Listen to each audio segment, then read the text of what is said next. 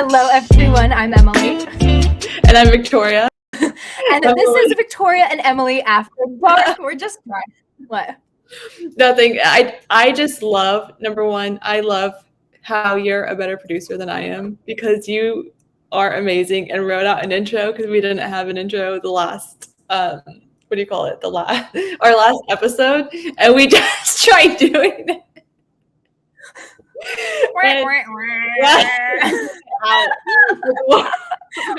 just stared at each other awkwardly on the screen for a second. Well, it's because I pulled it up on my messages. Okay, redo. Welcome to Emily and Victoria After Dark. Or Victoria and Emily After the Dark. There we go. Yeah. What if it's a doing live show? I was gonna say you're a better producer than I am.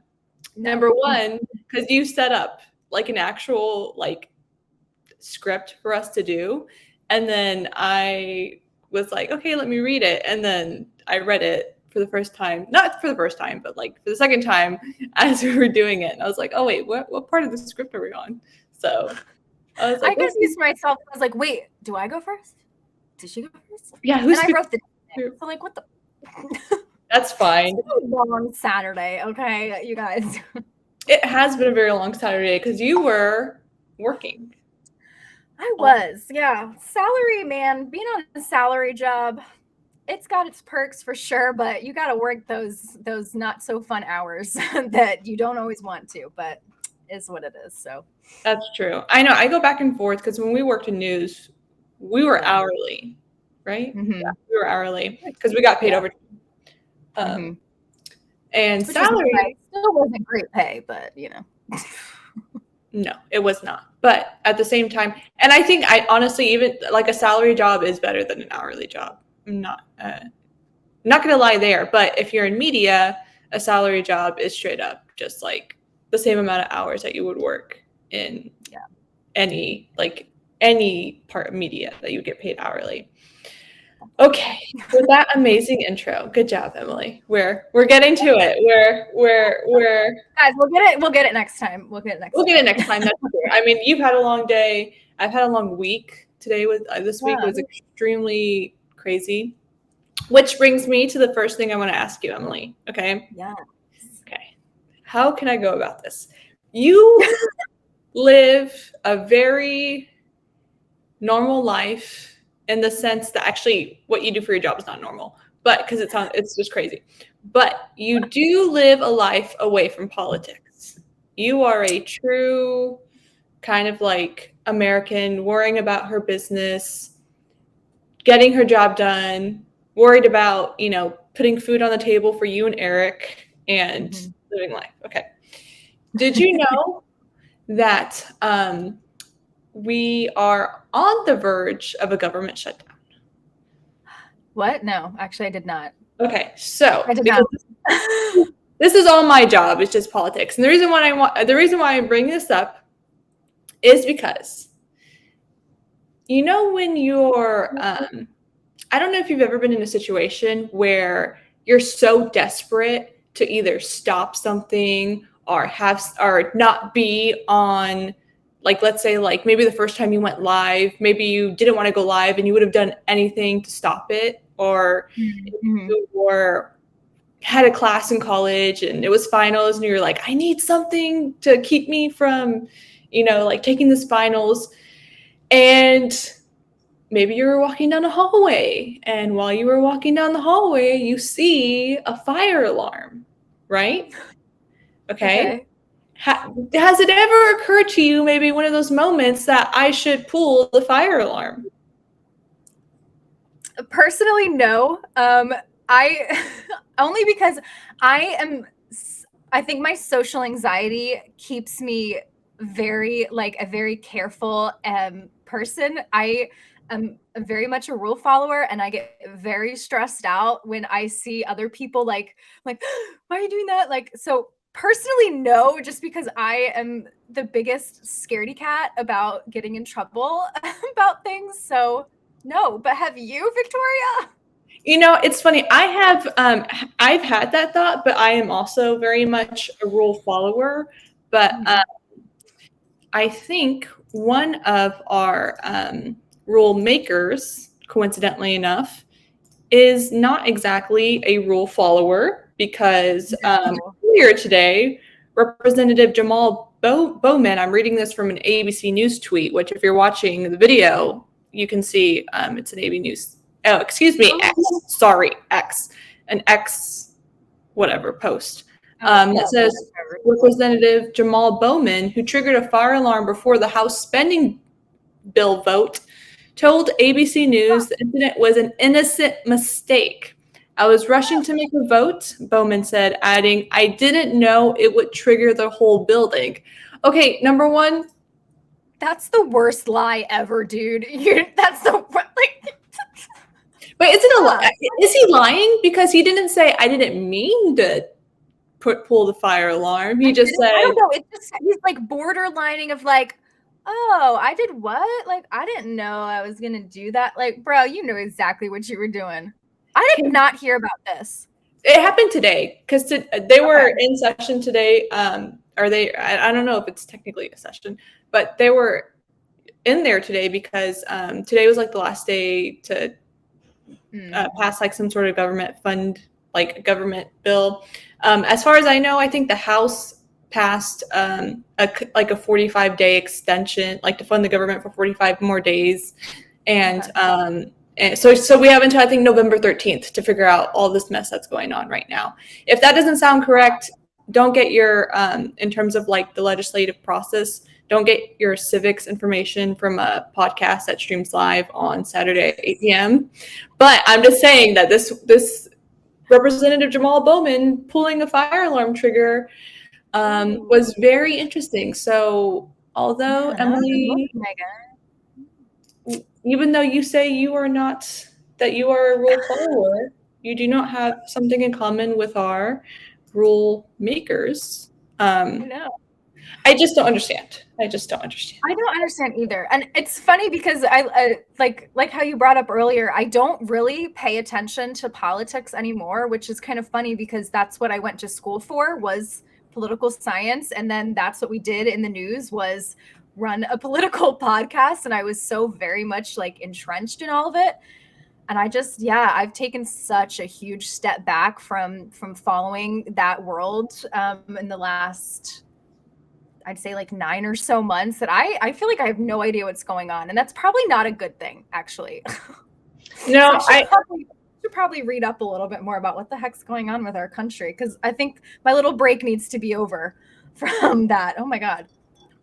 No, I think it just speaks to like the average everyday person, is that if I wasn't doing the job that I did, I don't think I'd be to be honest, I don't think I'd be as involved or knowledgeable about what's going on in politics unless it showed up on my X feed and all that kind of stuff.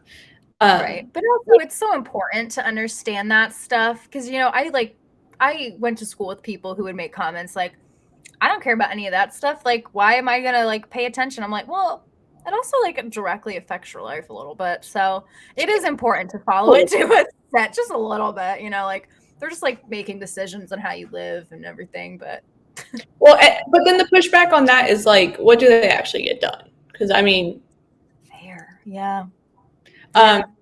So U.S. Congress. Great. Okay, so I think Representative Jamaal Bowman was a Democrat, I think. Okay. So to play both sides, I didn't pull this up, but I think if we're going to play both sides, I can't pull it up if you haven't seen it, but have you seen the Lauren Boebert when she was on a date in Colorado? She went to go see Beetlejuice, and at the Beetlejuice show, it was like a play or performance or musical or whatever. She was on a date with a guy, and this is another representative. I know her. Okay, and they have it's kind of like a two-parter in this one, where she was like vaping in a theater, and like a pregnant lady told her, "Hey, don't vape," and she kind of like ignored the pregnant lady, I think, or maybe she did stop vaping, but she was vaping. And then they also have on video her date and her being very handsy with each other while they're watching Beetlejuice, the musical or play or performance. Would you? Okay, Emily. Does that Would I sound? think in the theater? Yes. I'm just I'm just saying, standards maybe a little bit to be at a theater. I don't know. I mean, this is just the state of our politics right now. Yeah. I mean, I more so laugh at in the fact that Lauren is well known for being a very, very pro-life stance on things. And I just, so into my mind, I just am kind of like giggling at that, like a pregnant lady told you to stop vaping and you were probably like, F off. Like, I'm trying to have a good time at this Beetlejuice performance, and this lady is telling me it's harshing my buzz. Because don't you get a buzz from vaping? Yeah. Right? Yeah. Yeah. A little bit. A little nicotine buzz doesn't what you call it doesn't hurt the babies, but of course, yes, it does. Okay, so I know we're going to talk about health and fitness. That's the topic for the show. But I'm sorry, the government was almost about to shut down today. It still might. No, hot topics. Hello. Huh? What'd you say? I said hot topics. Hello. Hot topics. Yeah, trending. I mean, this is a live show, so we can talk about what is it? Not like timely. Timely is the news term for the term. You guys are just stuck listening to us talk about it. Yes, all of our viewers love them. Yay!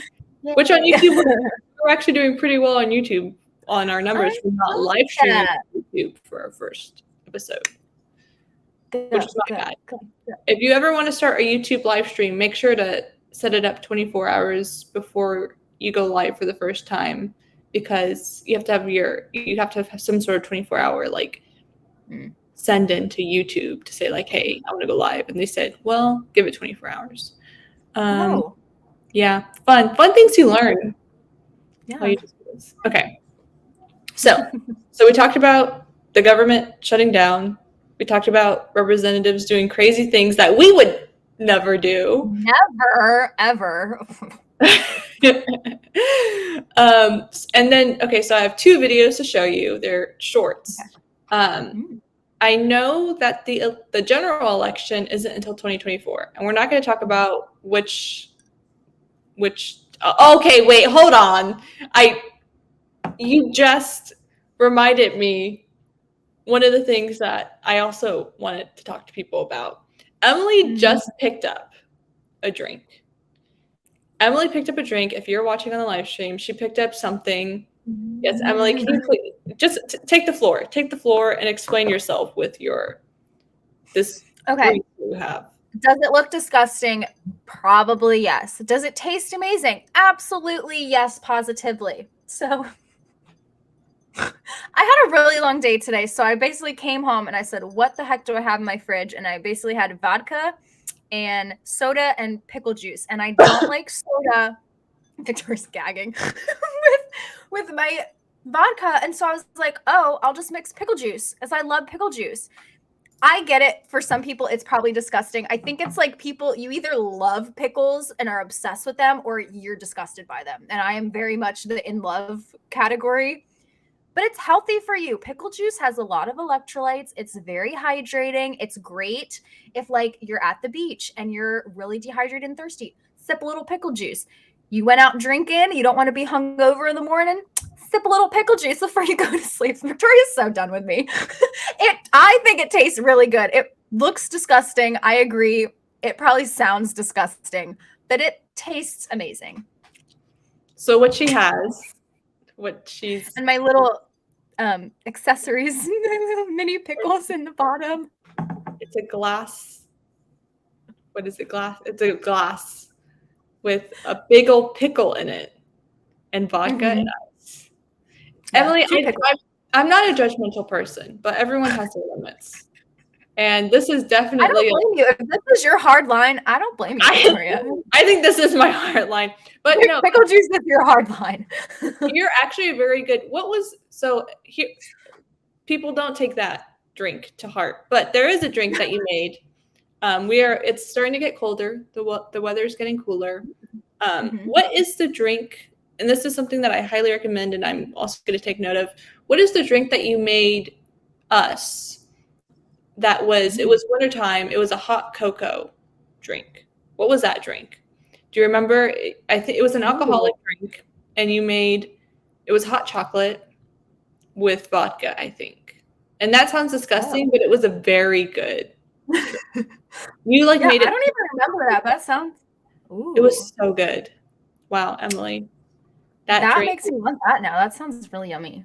You made a. I think it was vodka. I think that was the drink. That was the yeah. Probably. That's like the only liquor I really drink is vodka. That's interesting because Yeah. I drink tequila. I don't drink vodka. See, I wish tequila used to be my favorite, and after my 21st, my body is just like, Over it. yeah. That's me with any drink. So like any drink that's Mhm. like whiskey or bourbon Oh or yeah, the dark liquors will get you. so I like any I like vodka and tequila. Those are the only two that I can drink. Mhm. And everything else like wine, stuff like that can still get me a little bit like Mhm. nauseous the next day. Yeah. Do you like gin? I don't think I've ever tried gin. I feel like you would like a gin and tonic.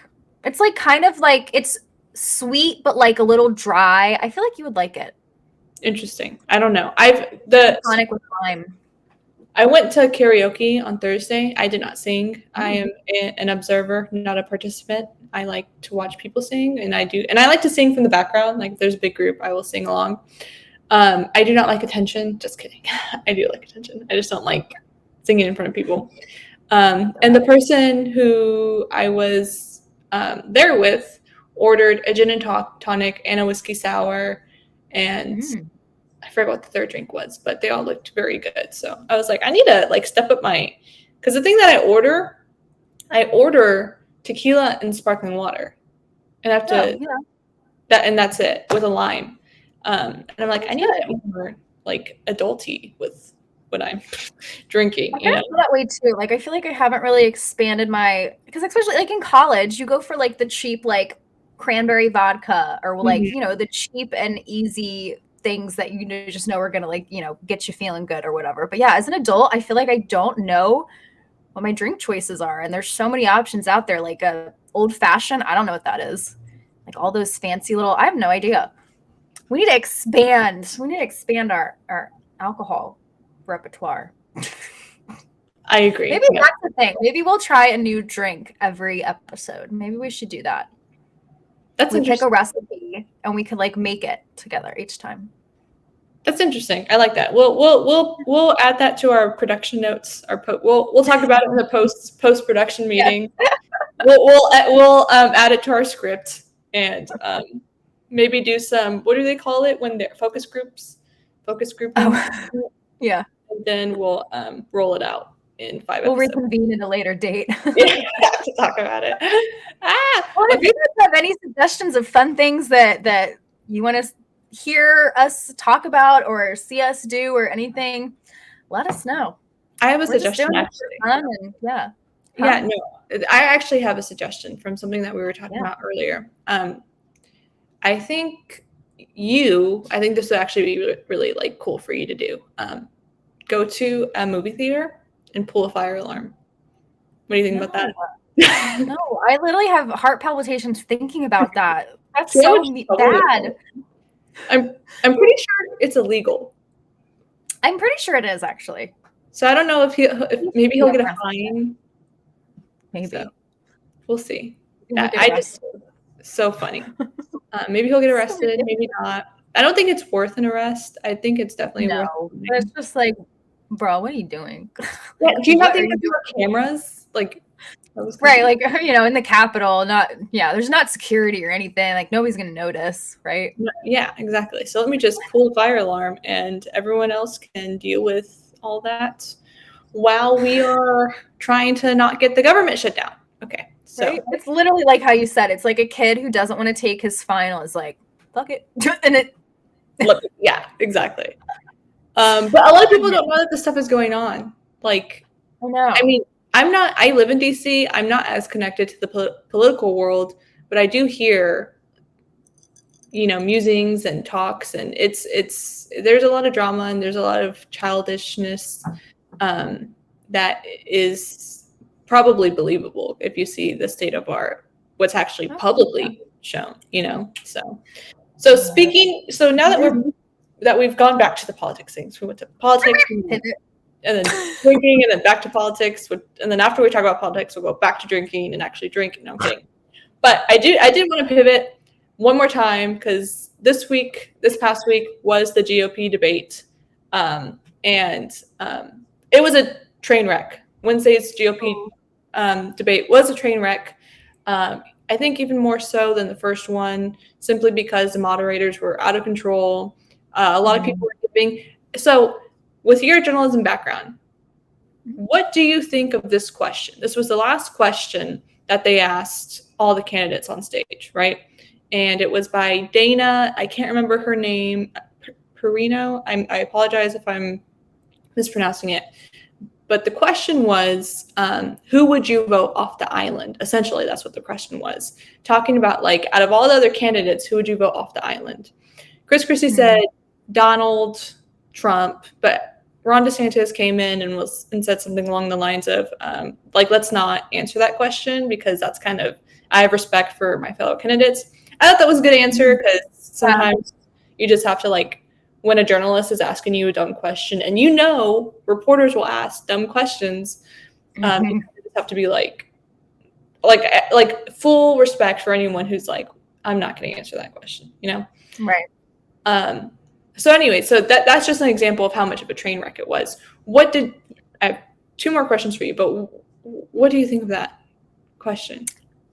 Yeah, I don't like that. Just because politics has gotten so personal and so dirty and nasty with all of these undercuts and these, marketing schemes to down your opponent and things and it's just become such a nasty arena to be in. And a question like that, I feel like only fuels that sort of agenda within that arena again.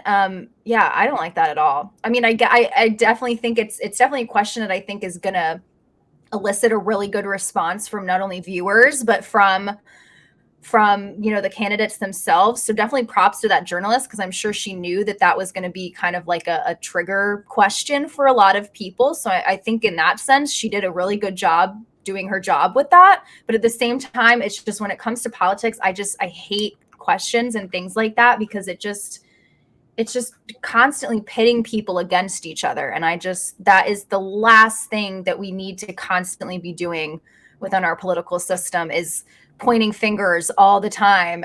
Yeah. But props to her, because that, as a journalist, she was doing her job and trying to elicit something out of viewers and out of the candidates. But yeah, I just don't like. I mean, it kind of backfired on her because she ended up getting a bunch of, flack on it on social media and stuff. But that's true. Journalists do try to get that 10-second, 15-second soundbite from people. So they will ask intentionally, not triggering, inflammatory questions. Yeah. Oh, that's a good word. Yeah, that's true. So I wanted to show two videos. We're not here to say who we're voting for, who you should vote for, none of that. Because honestly, we just probably aren't. This is not a place for that. But I did want to point out two things, and I wanted to get your reaction to that, or to these two things. Okay. So Nikki Haley, how much do you know about her, and what are your thoughts on her? I don't think I know anything about her. So she's running for she's running for president. She's a GOP candidate. Okay. And she's been, so I have to watch these debates because, again, my job. I have loved two of her responses. And again, even though we just kind of said, on the journalist side, it's not necessarily the best to ask inflammatory questions to get to elicit a response that could go viral on social media and then actually not add any value. But that being said, Nikki Haley on the candidate side has had two viral moments, both against Vivek Ramaswamy. And I don't know if you know Vivek, but he's just another candidate. Nikki's response or handling of Vivek being on the debate stage, and her overall presence has been really impressive to me. And it just kind of like viscerally like touches something. And I know you know this because you and I both work in male dominated spaces where a man is saying something and you're just like, what? And you're just like and it's not and it's not like any man will like it's not that we're like hating on men. No, it's like someone who just clearly thinks that they are in the know of everything and will mansplain things to you and will dominate conversations and do stuff like that. I have a feeling Nikki is having her moment. Let me see if I can pull this up real quick. So the thing about working in male dominated spaces is that like I don't think you necessarily like, what's the word? In order to successfully work in these spaces, you can't think of it in that way. You can't think of the male dominated space. You just have to show up and do your work and deal with people individually. That being said, still, like sometimes it does kind of creep through. Let me play this for you. Hopefully you can hear it. Okay. Here we go. There we go. Now can you see something? Amazing. Yes. See, this is how we do things live, y'all. Okay. Again, speak up if you don't see anything, because then I'd just be staring. Okay. Yes. Okay. You are choosing a murder over a pro-American country. First of all, Nikki, I wish you well in your future career on the boards of Lockheed and Raytheon. You know, I'm not on the boards of Lockheed and Raytheon and want to go and defund Israel. You want to okay, let me address that. I'm glad you brought that up. You want to go and give I'm going to address. So the reality make America less safe. You have no foreign policy experience, and it shows. And you know what? The foreign policy experience. You were. Okay. So the line. So it was Vivek and Nikki going back and forth over a question. I can't remember exactly what the question was, but I think it's incredibly hard to be on a debate stage with 8 other men and to make your presence known as a woman. And I think what she did there was, because you can be cringe sometimes, you know, like there are people who can try to dominate spaces and conversations, and it can be cringe. I don't think she came off as cringe. I think it was very, very like, let me talk to you or let's have an adult conversation.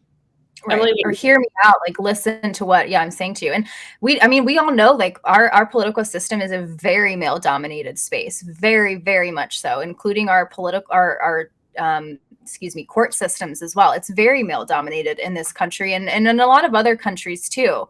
And I think, it is it's very hard, I think, as a woman in those spaces historically to have your voice heard. And props to her for really speaking out. I think that seemed like a really good debate. I actually want to watch that one. And I tend to veer away from debates nowadays, but that's one I actually am intrigued to watch. I was going to say so there's been 2 debates so far. That one was August 26th or 27th. That was the one in Milwaukee. Now this next one, I'm going to show you one more, and then we'll talk about the health and fitness industry in our topic of conversation, in our guest who we talked to. But I did want to get your reaction on this one. People are saying that now she's coming off as being, what's the word? Not cringe, but when a woman is like shrieky, like I don't have a good true, kind of like that.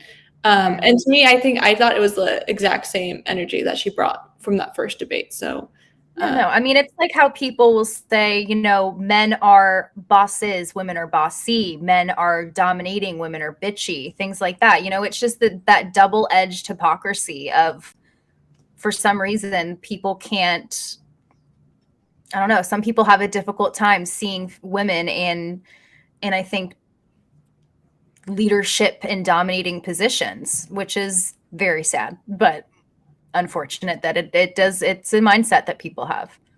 And I think it like also goes both ways. Like not only do men see that, but sometimes other women see that too.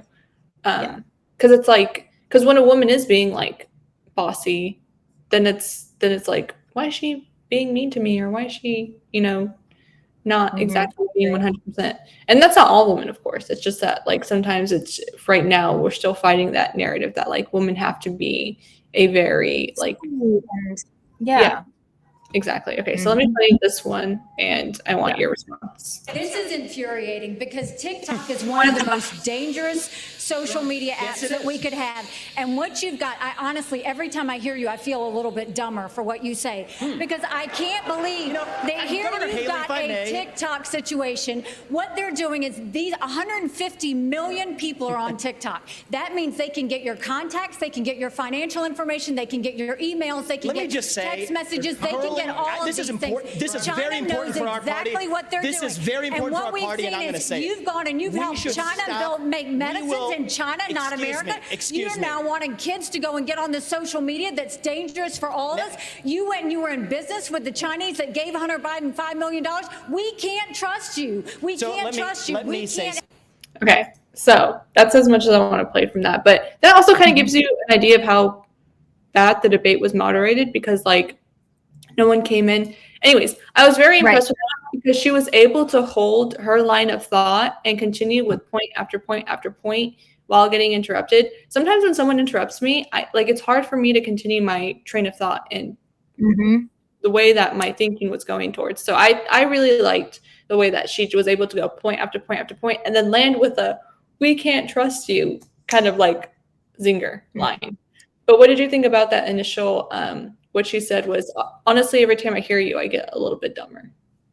I felt bad because I laughed at it initially. But again, it goes back to like, it's our political system has become almost like this entertainment hub for our country. I feel like people tune in more so to watch these, to people, spew hatred at each other or talk crap on each other or call each other names, as opposed to actually, I feel like, tuning in and viewing this and doing research and taking in information from like a factual standpoint and wanting to understand things and wanting to, broaden your horizons and your opinion. I feel like at this point, it's a lot more so of an entertainment space for a lot of people to tune into. And like, again, like I laughed at it. Like I was like, oh my God, haha. But like, it's just to say things like that. Like, it's just, there's and I also don't think there's room for rhetoric like that in our political system. It's not healthy to the system. It's not healthy to the already extreme division that this country sees. It just fuels it even more when you see a candidate that you like calling another candidate, opposing candidate, stupid. You're like, yeah, they're all stupid. Things like that. It just fuels that little bit of. So it's like, I don't know, again, it's like a hard double-edged sword because like I laughed and I giggled, but at the same time, I'm like, like it shouldn't be like this. But it's hard because, people want to be entertained by things. People want, I think it's a hard political arena to be in. Very much so. There was someone that I think I read this in one of our pieces, or I read this somewhere where someone was like, this is just another Fox News show. The debate was just another Fox News show with, people on stage performing, giving a show or something like that. I thought that was like, that's not far from the truth. That's fair. And one thing I will say, go ahead. No, go ahead. Okay.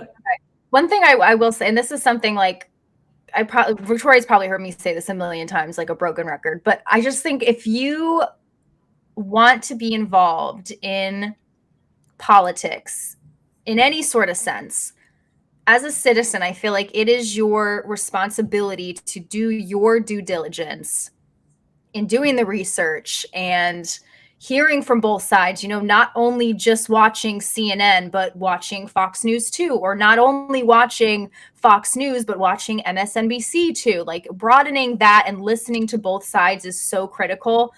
Because you're right. Like, I mean, you watch one news show or you watch one debate from a news affiliate and it's so pointed and it's so directed in one direction with an agenda attached to it. And it's just, I don't know. It's just, it's disheartening a little bit that, that our political system is kind of in the state that it's in. And now obviously hearing today for the first time, because I've kind of stepped back from it, that like there's, a possible government shutdown on the horizon. It's just like, good Lord, people.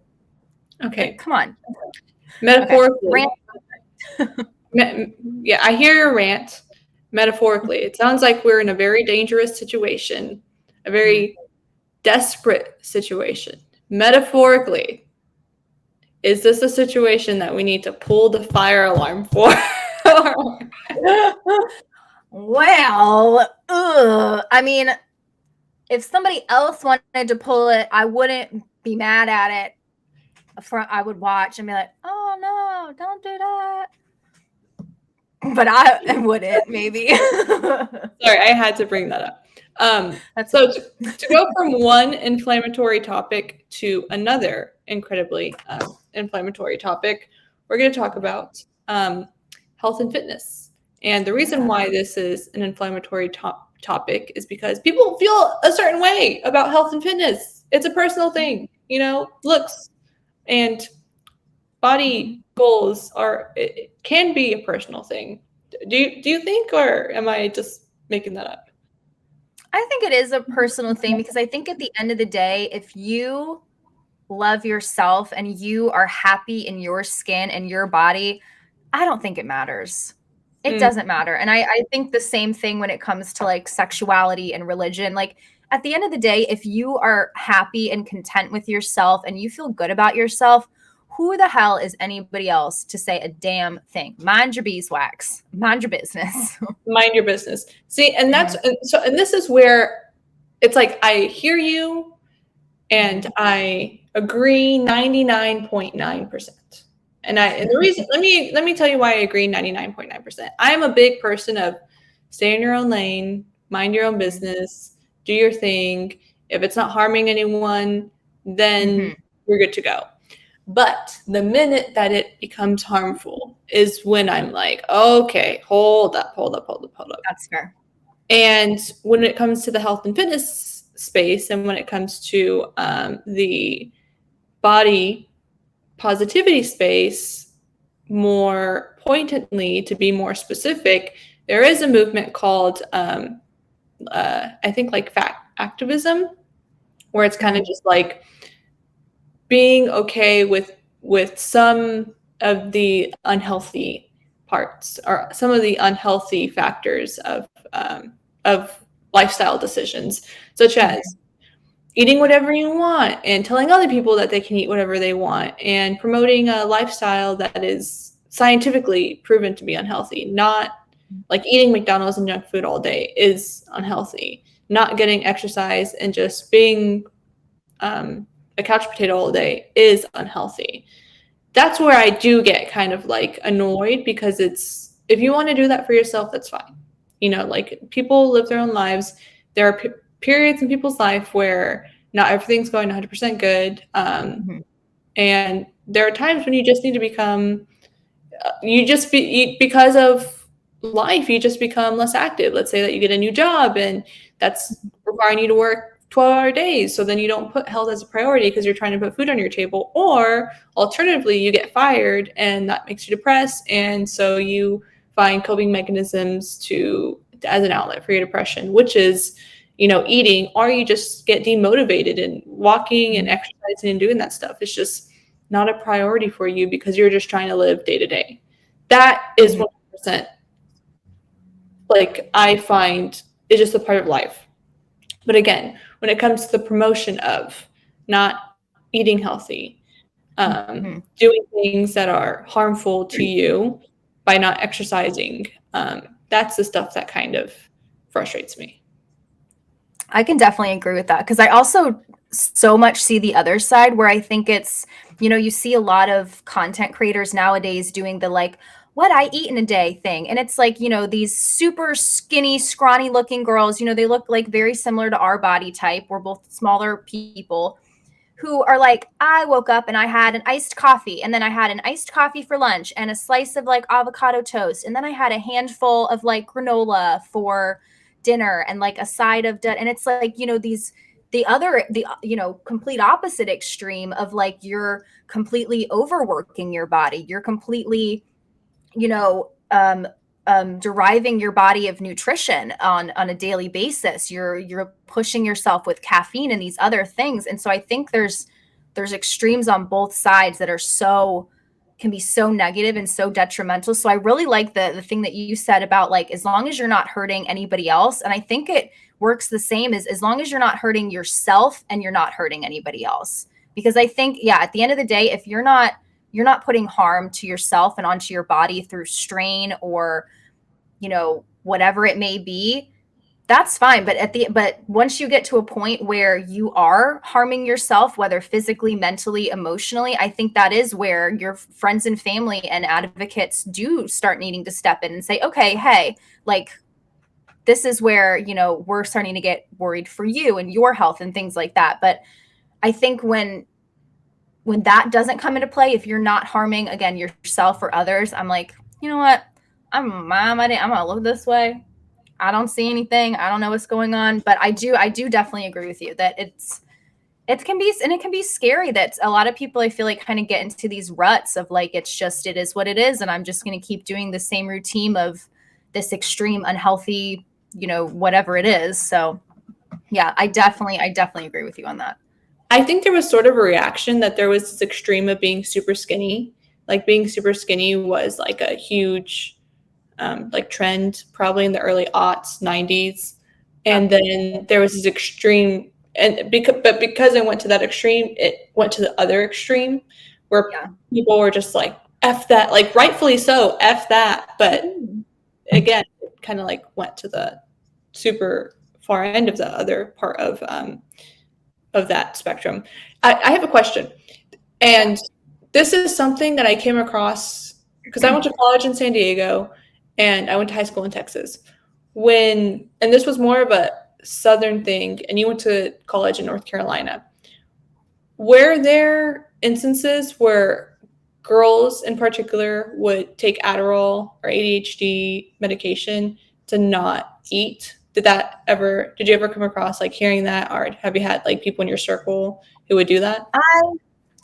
I don't think it was ever like taking it for the direct purpose of not to eat, but I did have a lot of friends who did use Adderall when it came to like needing to study. And I do remember that being like a conversation point of like, oh, like I'm glad I don't have to like eat because I'm taking this or like whatever. It's like, that's not good for you.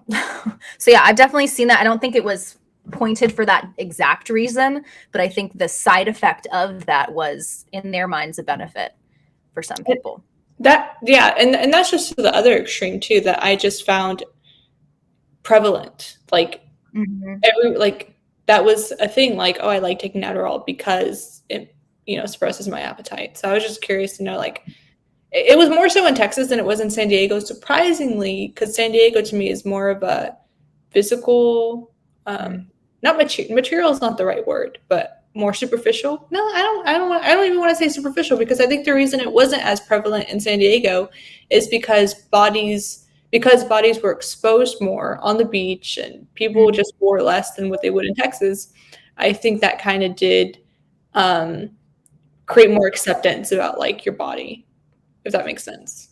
No, I think that does make sense. And like where I went to school, it's very like the southern states, it was very much like everybody was kind of like super skinny and tan and blonde hair, and everybody was kind of the same like prototype type thing. So I did notice a lot of people struggle with that, I think. I mean, I struggled with it being a brunette of all things, like that. I was like, oh my God, you're surrounded by all of these people with the same body types and the same, you know, blonde hair and beautiful looks and all that. And it's intimidating, you know, it's really intimidating. And even as somebody myself I've always been slightly underweight, just naturally, like how my body works and things like that. Like I've really struggled with that, like very much so my entire life, like being bullied for being super skinny, feeling super unconfident, having horrible body issues. And so like I always kind of funnily, like I always looked at curvier women like with jealousy, like, oh my God, like I wish I had like, you know, these voluptuous, beautiful curves. And like I look at that and I think that is like beautiful and like that's a woman. But, you know, on the flip side, there's like some girls who have made comments to me that like I look like how they wish they would look. And like I'm like, oh, you know, it's like it's that weird like self-image thing that you have in your head that like I can't stand the way my body looks. And like I wish I could look like, you know, somebody who is curvier and like fuller and like, you know, things like that. And it almost kind of would make me sad when people would, you know, comment on my body because I looked at it as being a very unhealthy looking body. And so it would make me sad that people looked at that and would be like, oh, I wish I looked like that. Or like, oh, you're like skinny.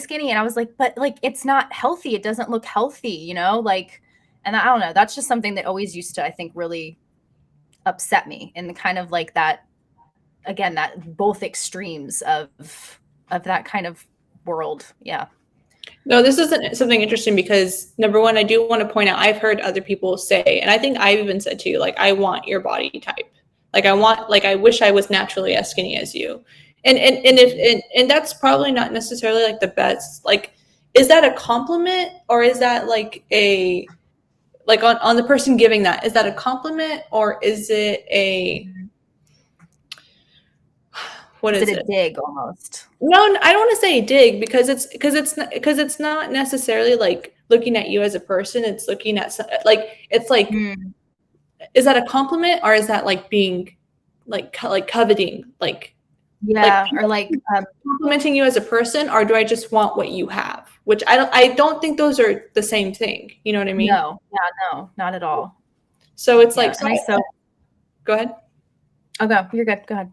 No, I was just gonna say, like, I've heard other people make those comments, and I think I probably said it to you once or twice because on the other end, I do struggle with maintaining a weight that's healthy. And I don't want to say struggle because struggle isn't the correct term because there are people who actually struggle with maintaining a healthy weight. I think it's more of I am more conscious of the health decisions that I make on a day-to-day basis, which can sometimes be very tiring simply because I come from an unhealthy kind of background. Because and unhealthy in the mental space because of the amount of media and images that are thrown at you on social media, and also unhealthy in the food space because a lot of food habits I had to learn while I was in college, and like how to eat healthier. In college, I went to a very nice private school that had a really nice like dining area where I could make my own food. And that's when I think I really started eating healthy. And I was able to order healthier options, like healthier items. And so it's like, not only was like I came from an unhealthy mental space and still am in that space because of social media, but also an unhealthy space in the fitness and what's the word? Day-to-day conscious living space, because it gets to a point where it's more of a chore than actually like living life. Does that make sense? Yeah, I definitely get that. Yeah. And so, yeah, so I just wanted to point that out. Like, I've definitely heard other people say like they wish that they look like you. I probably said it once or twice myself, but again, it's like sometimes it's like, are you seeing that person for the person that they are? And you're just like giving that a compliment? Because to me, like, a different compliment would be like, I actually enjoy spending time with you and talking with you because you're very bright, you're very smart, and we also just have a very good flow. And to me, that's different than I want your body, which is more like a covetous, like, you have something that I don't have, and what is that, you know?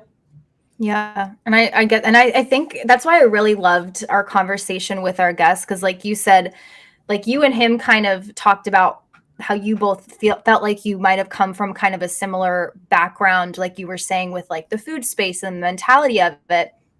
And I feel like I struggle because of the extreme opposite. Like I grew up with my mom. Love her. Love you so much, Mom.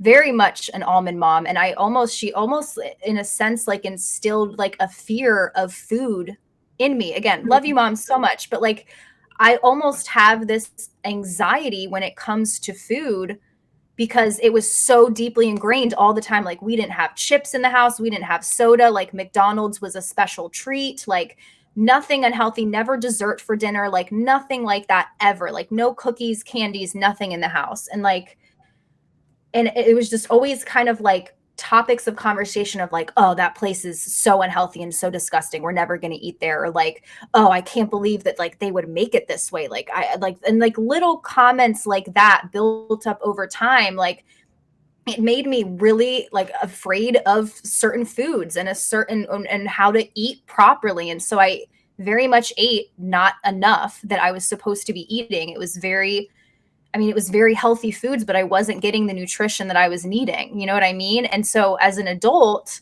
and Victoria knows this, like a very personal thing, I got very, very sick a couple years ago and had to go into the hospital because my body started rejecting food and water like entirely. I would take a sip of water and start dry heaving for hours because, and we still don't know exactly pinpoint what the cause of it was. Our biggest guess is it was like a very, very hard, like rough anxiety induced thing, but we don't know. And like, I spent months basically having to relearn how to eat food and drink water and intake anything into my body. And like, so it just like breaks my heart that people just have, I don't know, these images and these ideas of what beauty standards are and what health looks like based on social media and, marketing that's been pushed in front of us, when in reality, like, I may be a very skinny person, but I'm very much struggling with my health, and I'm very much trying to get back to a healthy place.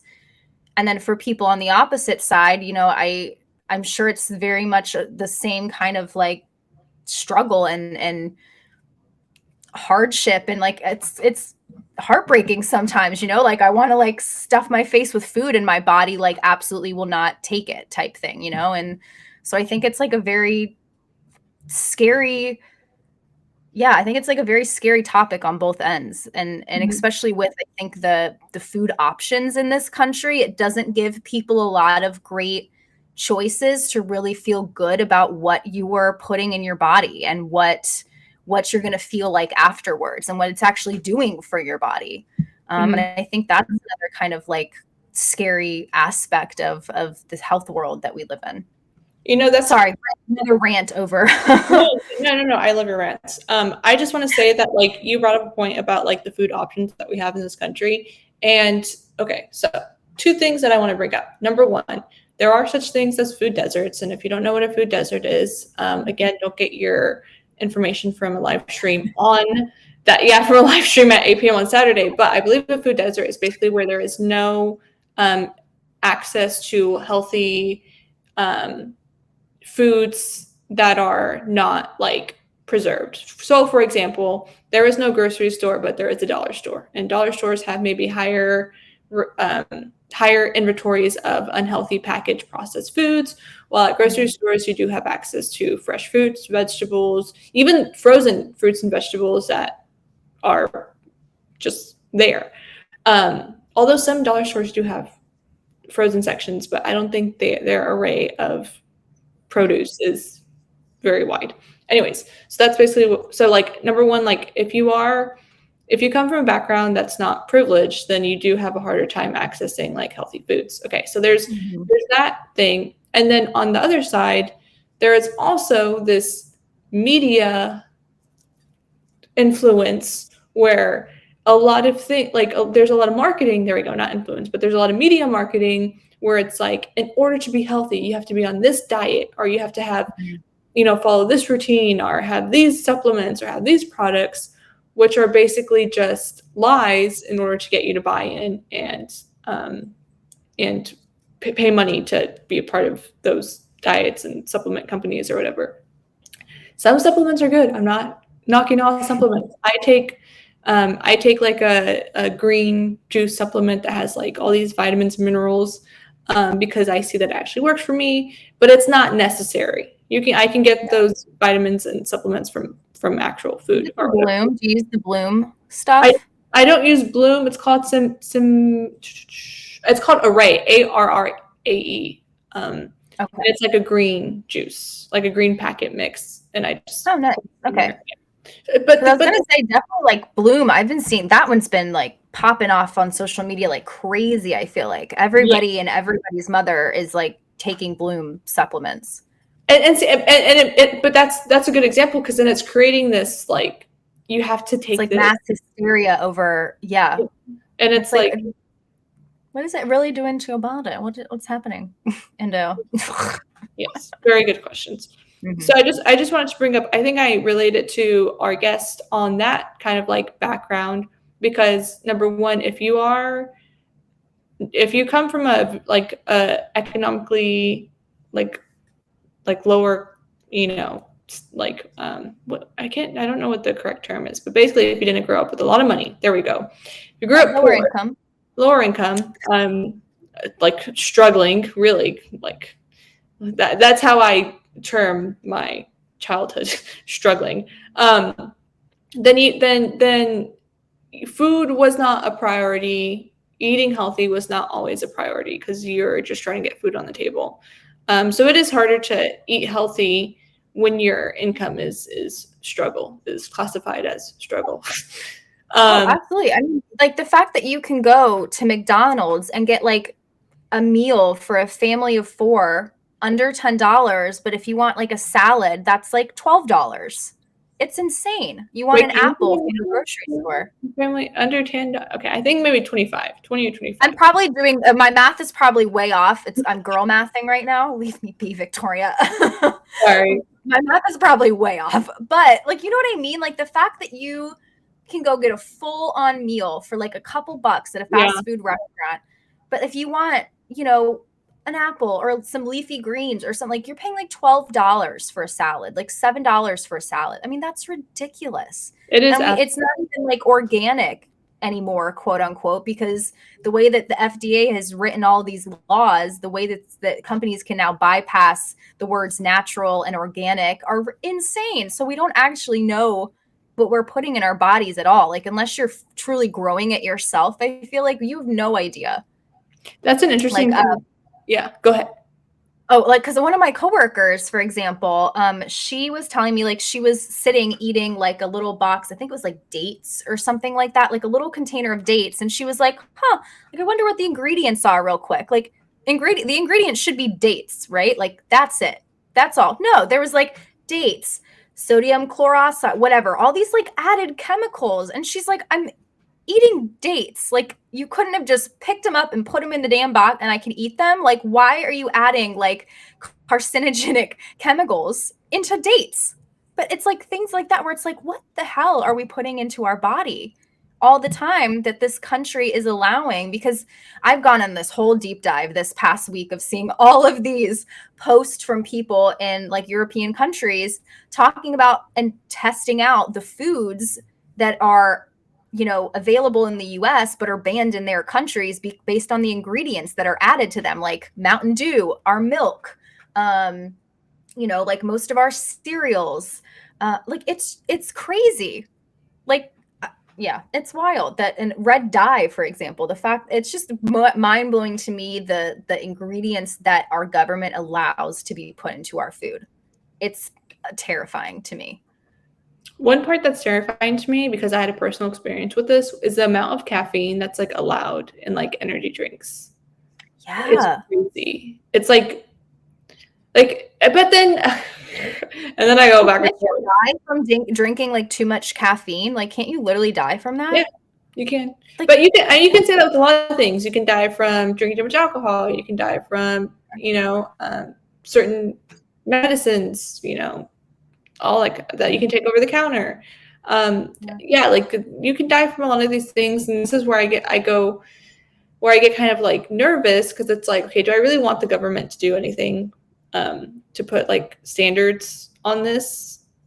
Or do I want just a more transparent, like, I don't think I would be in favor of any policies of the government like putting weird standards on food products, even though that's technically what they do through like nutrition labels and stuff like that and testing and stuff like that.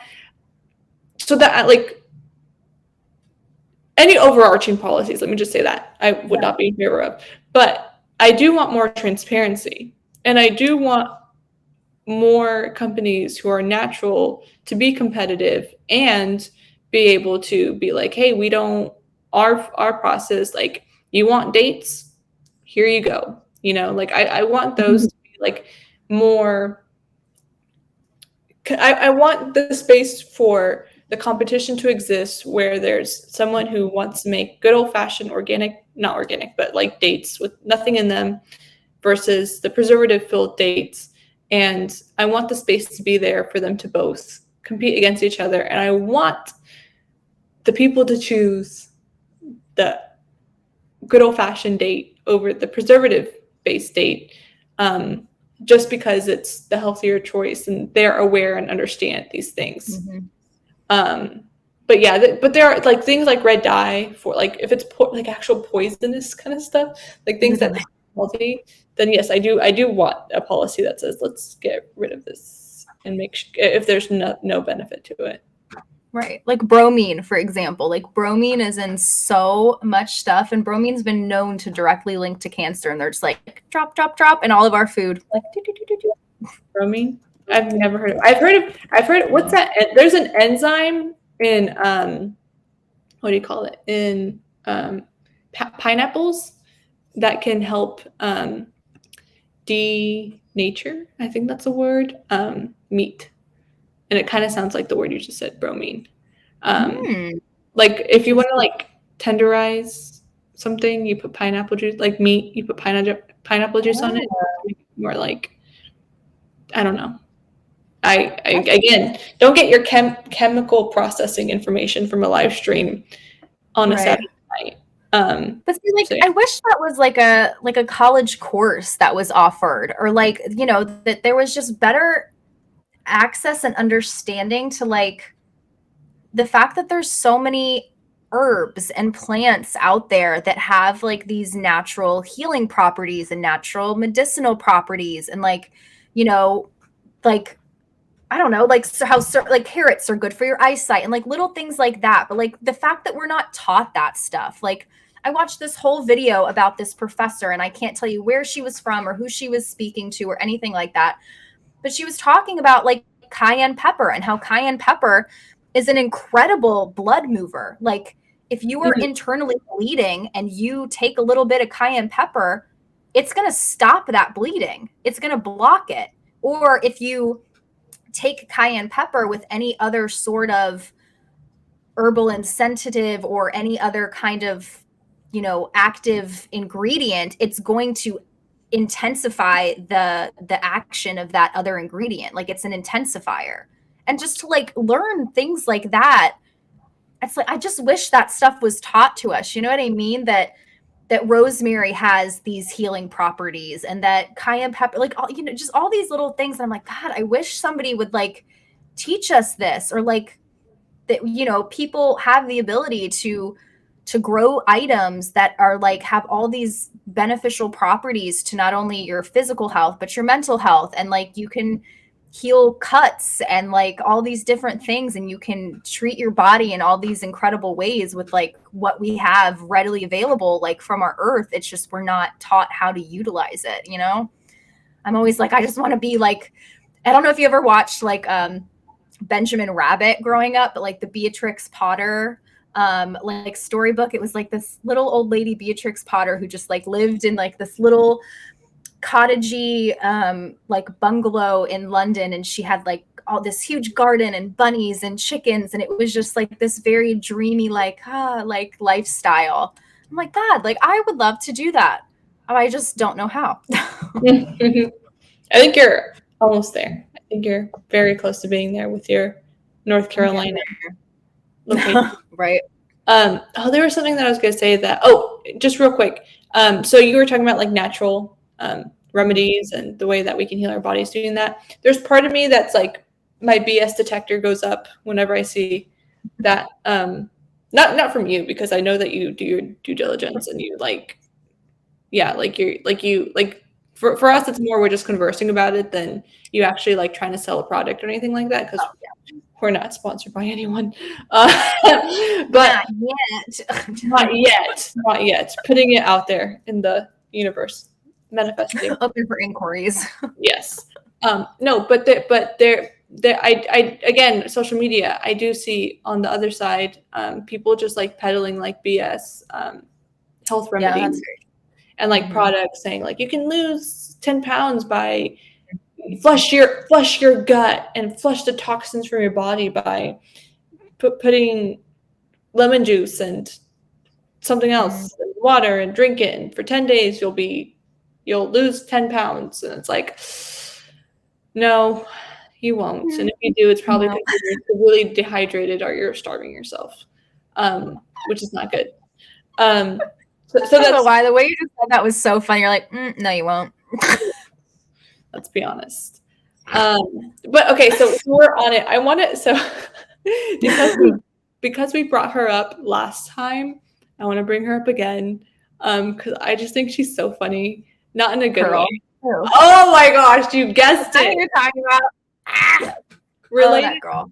Oh my gosh, wait, can I? It says react. I wonder if you can.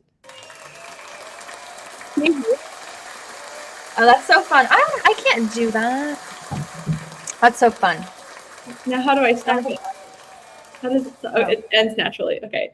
Now that I know I can do that, I'm gonna do that more often.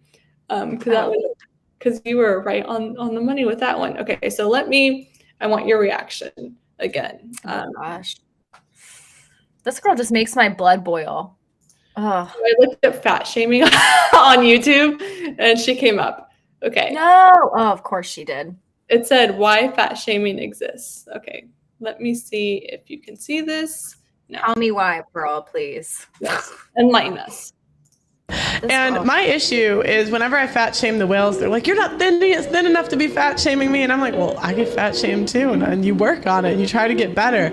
But it's like fat people think they're above being made fun of. I can be made fun of because I'm a ginger. Men can be made fun of for being short. Everyone else can be made fun of. Why are you special? Why are you special? And the worst part is you can change it. Men can't change being short, but you sure as hell can change. And my issue is whenever I fat shame the whales, they're like, you're not thin enough to be fat shaming me. And I'm like, well, I get fat shamed too. And you work on it and you try to get better. But it's like fat people think they're above being made fun of. I can be made fun of because I'm a ginger. Men can be made fun of for being short. Everyone else can be made fun of. Why are you special? Why are you special? And the worst part is you can change it. Men can't change being short, but you sure as hell can change not eating 10 Krispy Kremes in a day, Rebecca. So the reason why I played twice is because my ADD took charge, and I was like scrolling.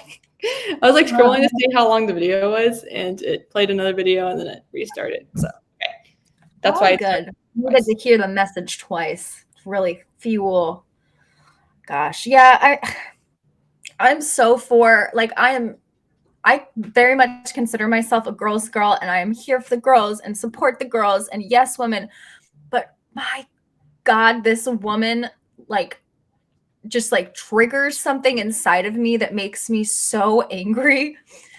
Like everything she says, she says such hateful things with this smirk on her face the whole time. And it's just like, are you truly this nasty of a human? I don't know.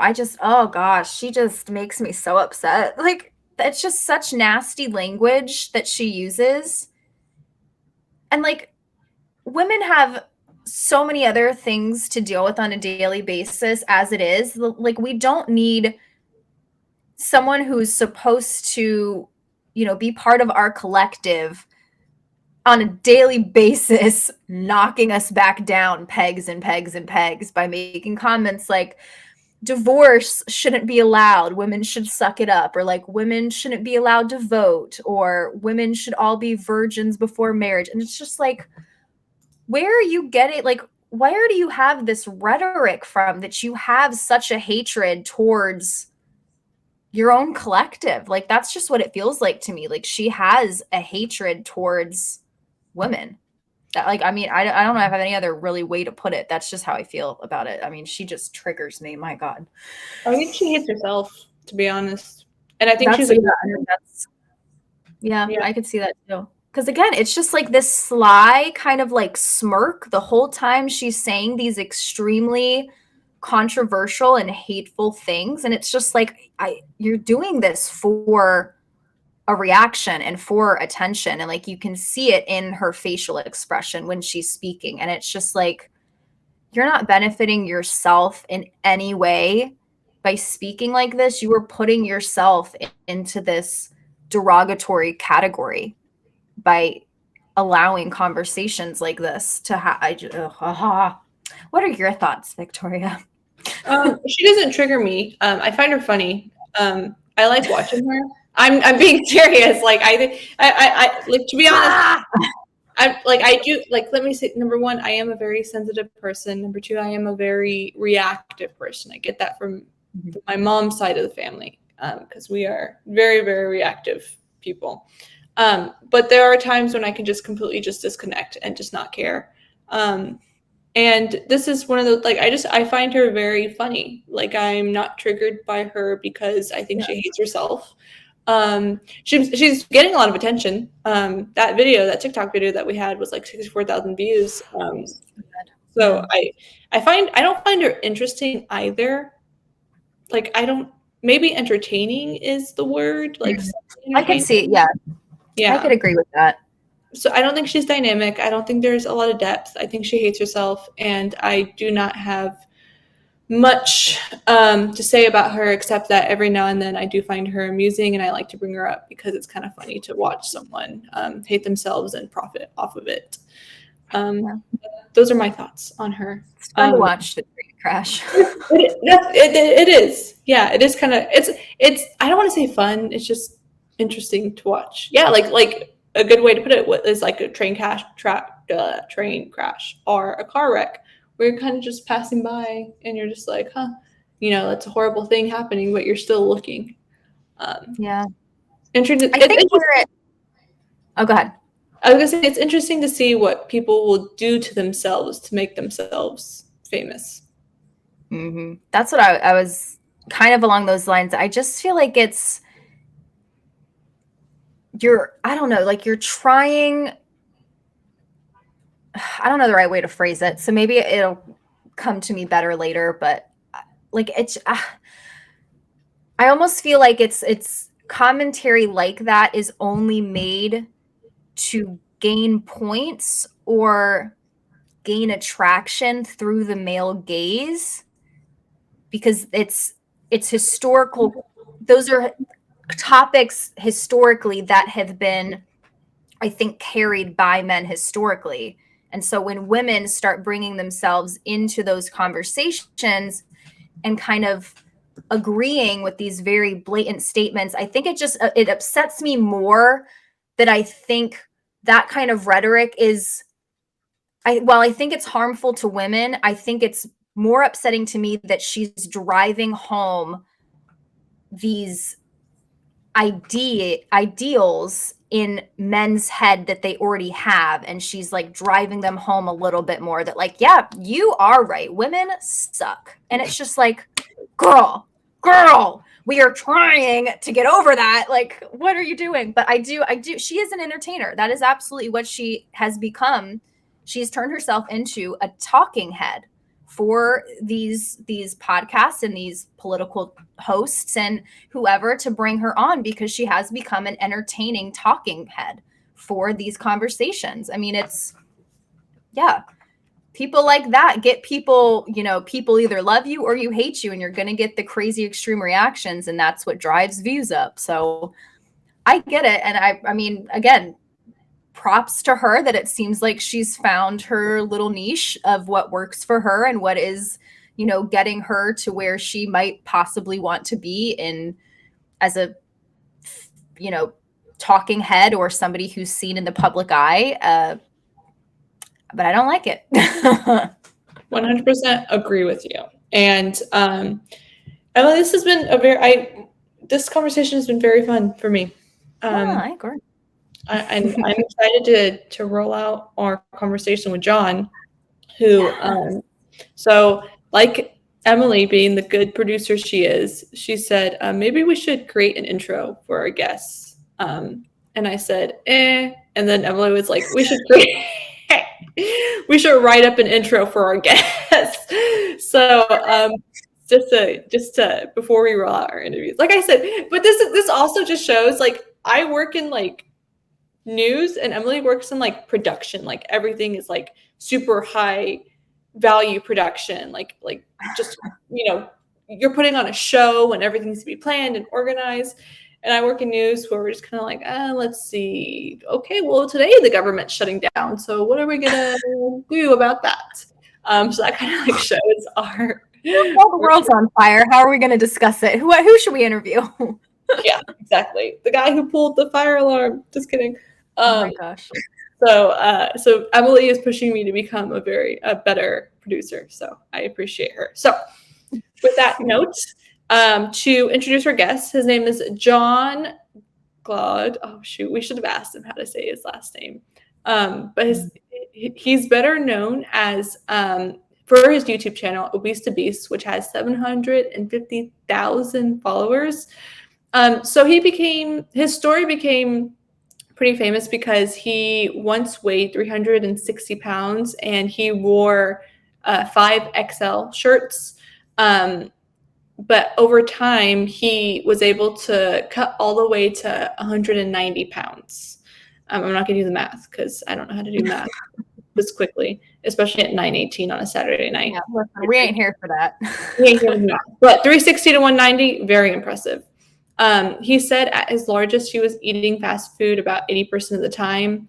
And he said he would drink, I believe, like a liter or two of soda per day. These facts are coming from articles that I read before this live stream. And the reason why I liked him, I actually came across his YouTube channel because I am constantly in the health and fitness space on YouTube.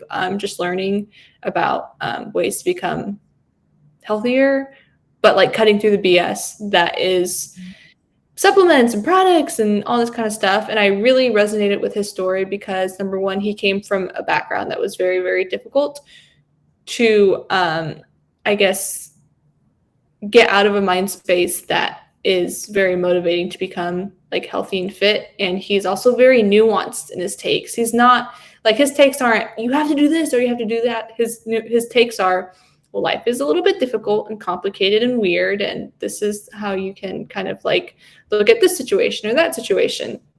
And he's been on both extremes. Like he weighed 360 pounds and then he got really into health and fitness and then saw how that was toxic.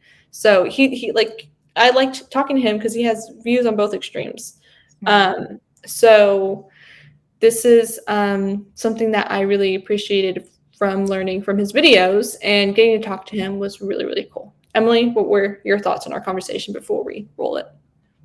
I think it was really awesome. Yeah, like you said, he seems to have a really incredible head on his shoulders, and he's created this community of allowing people to kind of follow along with his journey while also having those open and candid conversations of, you know, look, like there is unhealthiness and toxicity on both sides of, you know, the fitness extremes and of, you know, being overweight and being unhealthy. And I think it's so important that he talks about both of those, being in both of those spaces. And he has, you know, a lot of knowledge, and he seems to do a lot of research when it comes to new products on the market and new topics and conversations that are coming up within these spaces and addressing them right then and there on his channel. So I think he's very informative, and he's created a very safe space for his viewership. Very similar to, I think, actually our last guest. He's created a very safe space for his followers and viewership to feel like I have a safe place to go to have these conversations and understand more and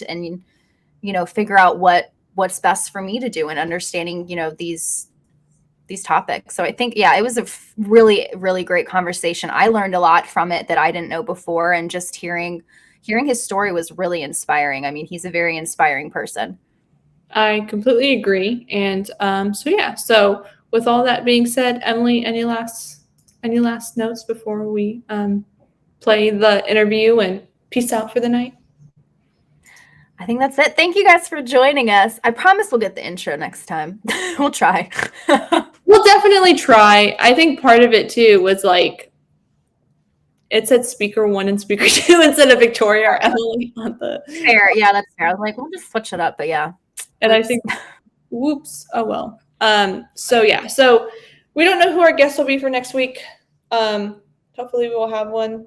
I will be in Texas. Actually, I will be coming back from Texas, so we might Yay. move things around. But we'll see. We'll figure it out like we always do. All right. Good night, everyone. Good night, everyone. Roll it.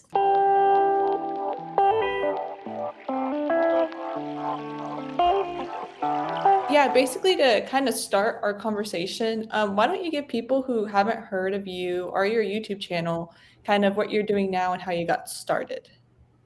Oh man. Well, I've been doing this for a long time. So my name's John, or online Obese Beast. So obviously that name has a little story behind it. So when I was 20 years old, I was at my heaviest weight of about 400 pounds, 360. I don't really know the exact weight. And I decided I wanted to lose weight, and I started losing weight. And once I had lost a good amount, I actually started an Instagram page, which I named Obese Beast because I thought it sounded cool. And I was surprised no one had taken it yet. And so I was like, all right, cool, I'll take that. Why not? Didn't think anything of it. I wasn't planning on making it any sort of thing. I just was like, honestly, I felt bad that I was posting so much weight loss stuff on my regular Instagram.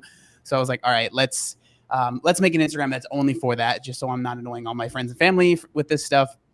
Not that they ever said they were being annoyed, but I just kind of wanted something that was separate. And so I started that. And then eventually that turned into me making YouTube videos, and the YouTube videos ended up going, I had some that went viral that really kind of changed my life. This is all very short version because I don't want to take up too much of our time.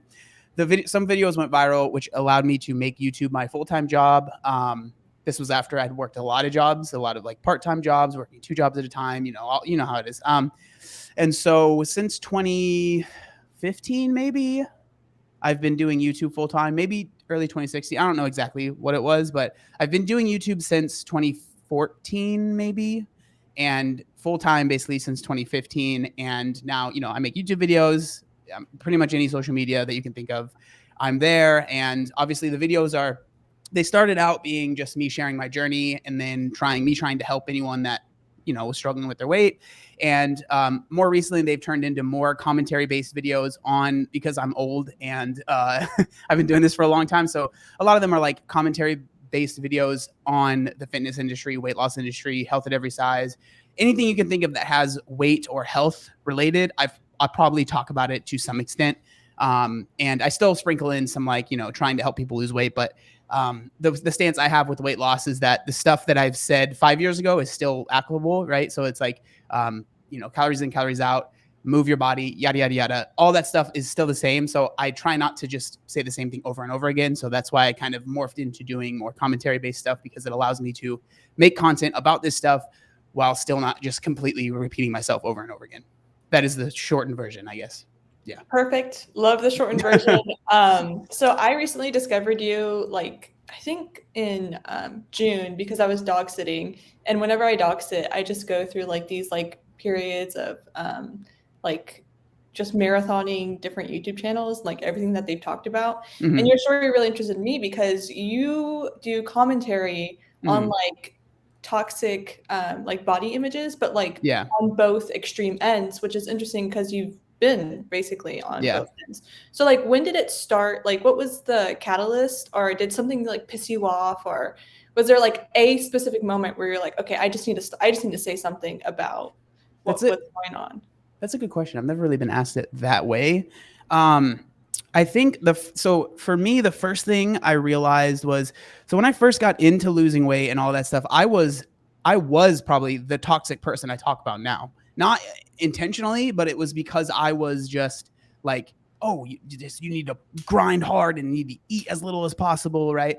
I wasn't saying that when I made my stuff, but I'm like, when I first started losing weight, if I had a YouTube channel, I would have been that guy, because I was very caught into it. And so kind of to your point, I think the first thing I noticed was the dangers of really the fitness industry and how much problems it did cause certain people. And so for a little bit of backstory, I competed in a physique show in 2016, right? And so I went from one extreme to another. So that was when I got to my lowest weight, which was 180 pounds.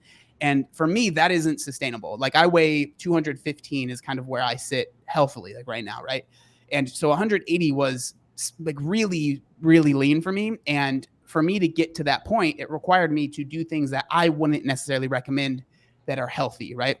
And so I think that was my first inkling of, hey, maybe this isn't all good. And there are some bads to the fitness industry, because before that it was new and I was just like all in. I have really bad ADHD, so I get hyper focused on stuff. And I was like hyper focused on, oh, the fitness industry, it's the greatest thing in the world. And I couldn't see, I had all these blinders on. It's all like rose colored glasses, right? Everything is good and it's awesome.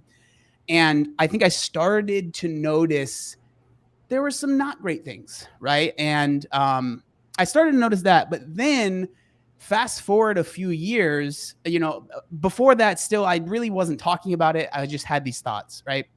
Fast forward a few years, I actually started having people say that my name, Obese to Beast, was like fat phobic. And up until that point, I had never really thought about that. I had never had anyone say that to me. And it started happening more and more. And then I started, that was probably around 2018, 2019. And then 2020 was when it really started to ramp up, like the fat positivity or health at every size movement really started to kind of ramp up. And I started to see more and more videos about it. And, you know, people talking about, you know, it's healthy to be any size that you want. And I was like, that's interesting. And I kind of looked into it, and I've always said, like, my stance is I'm not fully against health at every size. I think there's a lot, and I mean it, a lot of stuff that they say that I completely agree with.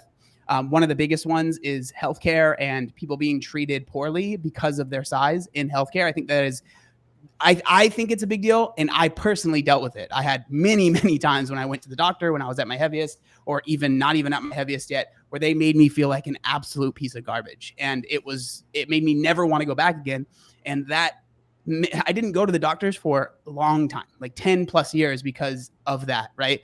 And so there was a lot of stuff that I agree with, but there were just certain things that I disagreed with. And so that's kind of when I started making the videos talking about my opinions and my thoughts on both health at every size and the things that I disagree with there, fat positivity, all that stuff, as well as the fitness side of things and how extreme that is and how I disagree with some of that stuff as well. And so I don't want to be like, oh, I'm a centrist, I'm in the middle, but like, I just have my thoughts and I try to share what I feel, I don't want to say is right, but just how I feel, right? And that's kind of, and coming from a position of, I used to be obese, now I used to be obese, and now I am, you know, at this position where I'm not. But it's a struggle because a lot of times people that used to be bigger, there is a okay, this is my own opinion. If I feel like there's a severe lack of empathy, and they're just like, well, I did it, so you should do it too. Like, if I can do it, anybody can. And to a certain extent, I agree with that. I am rambling, I know. To a certain extent, I agree with that. Like, I grew up incredibly poor. I had no money. I was taken away from my mom when I was a kid. Like, all of this stuff. I didn't have a good life, okay? And I was still able to do it, yes. But there were a lot of things that helped me along the way that I understand not everyone has access to, right? And so, like, I'm in the middle of, yes, I agree, like, we should be working on ourselves, and those things are important, but also there are things that are out of some people's control that absolutely makes it harder for them to lose weight. And so for me to be like, just because I did it, so you should be able to do it. So I don't care if whatever issue you might have. I don't fall down that road. But at the same time, I'm not going to sit here and say you could be 400 pounds and be healthy. I'm sorry. Like, it's just not going to happen. I'm not going to say that you're a bad person or that you deserve to be treated poorly. And then the same exact thing when it goes to, you know, people that are like super into health and they push really, really hard and like these really, really toxic body standards and unrealistic stuff that is being pushed by the other side, right? Of like fitness and like being hyper fit. I don't agree with that, because at the end of the day, like, for me, what's important to me is that people are healthy. Okay. And you cannot, in my opinion, be healthy on either extreme, right? There are negatives to both of those things. And that's kind of where I'm at. Short answer, I know. No, that was great. Thank you for that. And I'm kind of curious because, you know, in society in general, there's, for male and female, so much pressure when it comes to, like you're saying, body image on both sides. And there's so many conversations of body positivity and things like that. And I'm curious, you know, do you feel like people were more comfortable commenting on your body image before, or kind of where you're at now? And how does that make you feel? Is it like kind of a negative, like, oh, you feel okay commenting on my body now type thing? You know, is that like an uncomfortable I don't know, a conversation that you've had to have with friends and family in certain situations?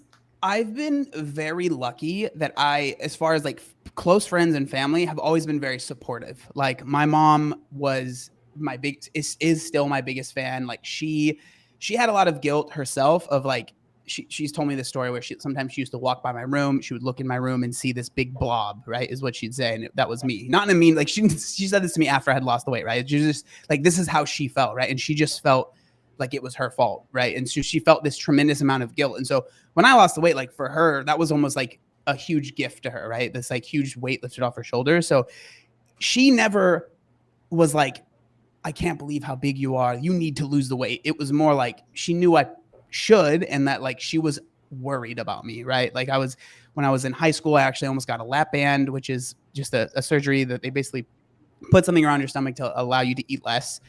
It's not really popular anymore. There's some issues with it, but I was in high school. I live in San Diego, and UCSD was doing a trial with people under 18. And I'm not sure if it was low income under 18 or because it was like free, right? It's because there was no way we were going to be able to afford it. I ended up not doing that. Like she always cared, right? And so I never had her like intentionally doing anything to hurt my feelings. And as far as like public and like being in high school and being bigger, I was relatively lucky, but also not, because I didn't have that many people make fun of my size, even though I was like the biggest kid in high school. The reason they didn't is because I did it before they could. Like I made fun of myself a lot, which was a double-edged sword. It was good because I wasn't getting bullied, but I also had zero self-esteem and I felt like I was a piece of garbage, right? Because I was always making fun of myself. So like everyone else, I felt like they probably didn't see much value in me, right? Because it's just like, oh, it's just John. He just makes fun of himself all the time. Like, they might make offhand comments because they just like, well, I've heard you say it about yourself, so why should, And so I was lucky with that. I think I deal with more people saying stuff now, but I don't think that's just because I've lost weight. I think it's because I also have a following and people are just very, they just want to share their opinions. Like, obviously, when you lose a lot of weight, you have loose skin. I still have it. I haven't gotten it removed. And there are a lot of people that for some reason, they are annoyed that I haven't gotten it removed. I think because, and I understand, like people, they see me and maybe they might think that I have just like thousands and thousands of dollars just sitting around to be able to get the surgery, which I don't. But I have been offered it. Like I was offered it by a few doctors and stuff. But like when my first viral video was me talking about how like, I'm okay with my skin and I don't necessarily want to get rid of it. And that's still where I'm at, right? And I am very lucky. Loose skin is very different for everyone. Some people deal with a lot more than I have. Some deal with a lot less than I have. But for me, I'm very lucky that it doesn't affect my life too much to where I can't wear a t-shirt and feel like, oh, it's super obvious. Like there are people that they can't wear a t-shirt. It's even obvious in the t-shirt, right? Or it's even obvious in like they can't wear a tank top or stuff like that, right? I'm lucky that that's not the case for me. And so I don't feel super self-conscious. I don't have any pain from it. And so that's kind of where I'm at with that. I don't have, like, as far as like people commenting on my body, I don't really care. Like people can say whatever they want. At the end of the day, it's not their body. Like, you know what I mean? Like it's not going to change what I do. It doesn't really bother me. I think, I just think because I am so like just comfortable with where I'm at and there's no like hidden agenda. There's no like, oh, I hate it in secret, but I tell people I like it. It just is what it is. It's really just not that big of a deal. It's just skin is the way I see it. So. Mm-hmm. And so I really appreciate like your commentary and your YouTube channel and even right now, everything that you said is very nuanced. And one of the things that I've learned while watching your videos is that like you came from a very like economically kind of like lower income, mm-hmm. And that's something that I find interesting because like I come from a somewhat similar background. I also have family members who, my grandma, my sister, my mother, like all diabetic, right? And so like health and fitness wasn't necessarily like something taught to me. It was something I had to learn. And I find that interesting that like with families that come from like an economically like lower income background, there's always kind of like excuses that can be made, like, and a lot of them are valid excuses. Like a lot of the like a lot of the ingredients that you need to be healthy, like sometimes they are pretty expensive, and sometimes there are like advertisements directed at you for like these weight loss programs that cost money that insurance can't provide. Mm-hmm. So even with like all of that, did you find that as a challenge, and do you hear that like often being used as an excuse, or is that something that, and how were you able to overcome that? Because from my understanding, like you were able to overcome that based on like previous commentary and videos. So for me, I struggle with like putting all of like, I was severely economically challenged is the best way to put it, right? We were very poor. That's the best way. We were very poor. Yeah. But I understand that my situation isn't the same as someone else that was also poor. Like, it's so hard to say that I was able to get through it, and so you should also be able to get through it, right? Because everyone's situation is different. You might not have a car and you live in what's called a food desert and you don't have access to literally anything other than 7-Eleven. Like, that's going to be harder than it was for me, that I lived in walking distance to a Vons, which is a grocery store. And so I did often walk to Vons to get the food that I needed, right? And I was very lucky, because I think about it, if I wasn't, I don't know what I would have done. I would have had to figure something else out, right? And so I do understand where people are coming from. Like, it absolutely, without a doubt, makes it harder to lose weight when you are in that position, because it can be like, especially the health halo foods, like the foods that like are marketed as being healthier, organic, and all this stuff. Those are more expensive. And so people think, and this is what I get very frustrated about this, that it is more expensive to eat healthy or eat in a way to lose weight. And I don't believe that's true, but I understand why someone would have the misconception that it is more expensive, because all the food that is marketed as healthy is more expensive, you know? And so it's really important to me that I share that it doesn't always have to be more expensive, right? It doesn't always, you can find things that are not super pricey that will work for you. Now, it does suck because those foods are probably going to be kind of boring and you might have to eat similar stuff often. And for some people that's not possible. They can't do it. I am very lucky that I am able to do that. I eat the same stuff almost every day. I don't know what that's about. Some people have said it's like a sign of some sort of thing going on in my brain. Whatever. All right. It works for me. And so that's what I do. And so I really try not to like shame anyone or say like, well, I did it, so you should be able to. But I do think it's important to talk about that stuff, because I do think that there are so many people that like, oh, well, I did it, or this person did it, so you should also be able to do it. I think there is some truth to that, obviously. Like, I don't want to discredit what I was able to do. One of my, again, I'm going off track, but one of my favorite things, I've made a couple videos about this, but I didn't coin this phrase, but it's the phrase, I heard it from Will Smith. I'm sure he heard it from someone else, but it's fault versus responsibility. And so like, it might not be your fault truly that you are at the size that you are at, or just the situation you are with your health. It might not be your fault, but at the end of the day, it is your responsibility to change it if that's what you want to do. And so it doesn't help you to spend so much mental energy and time focusing on, man, it's not my fault that I'm here. Like, you might be 100% right, but it doesn't change the fact that it is your responsibility to change that if that's what you want to do. And like, basically the way I see it, the content that I make and the person I am trying to reach with my videos is the person that understands that they have a responsibility and they have accepted it and they're looking for ways to act on that feeling, right? And so I want to make videos for them. They're like, hey, you know what? I have accepted that this is something I want to do. I want to change. How do I do that? And then hopefully I make those videos. And then obviously also with the videos where I'm, talking about health at every size and how I disagree with it, I'm hoping that that person that might be a little bit like, I don't know, I'm kind of in the middle, that I can be like, hey, this is what I think. And maybe they'll be like, you know what? Yes, I agree with that. And I want to get healthier or whatever. Right. Because I've some of my favorite comments are people being like, I used to believe this. And then I realized that I was, my health was declining or whatever it might be. And I really appreciate the videos that you made. It just made me see things in a different way. I never like to claim that I'm like some know-it-all. I'm literally just a guy, right? But it makes me feel good that I'm doing something, hopefully that's helping somebody, I guess. So.